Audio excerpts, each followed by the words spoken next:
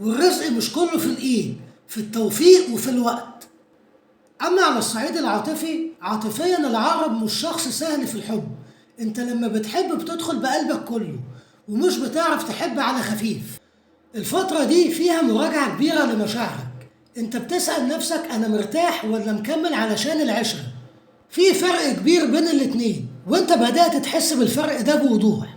مشاعرك صادقة بس محتاجة تقدير متبادل، وانت مش هتقبل بأقل من كده تاني.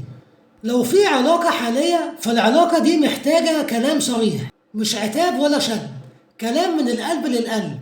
انت شايل جوه صدرك حاجات كتير، وسكوتك مش دايما قوي، ساعات بيبقى تعب.